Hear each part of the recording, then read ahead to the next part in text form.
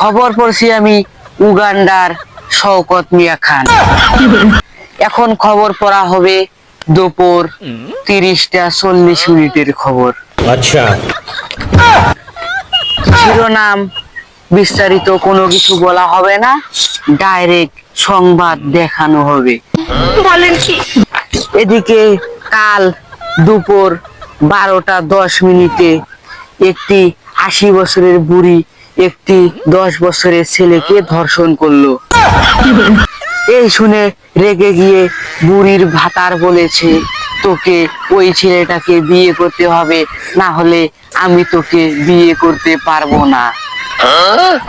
এই শুনে ১০ বছরের ছেলেটি বলেছে, আমাকে ও জোর করে ধর্ষণ করেছে, আমি ওকে বিয়ে করতে পারবো না।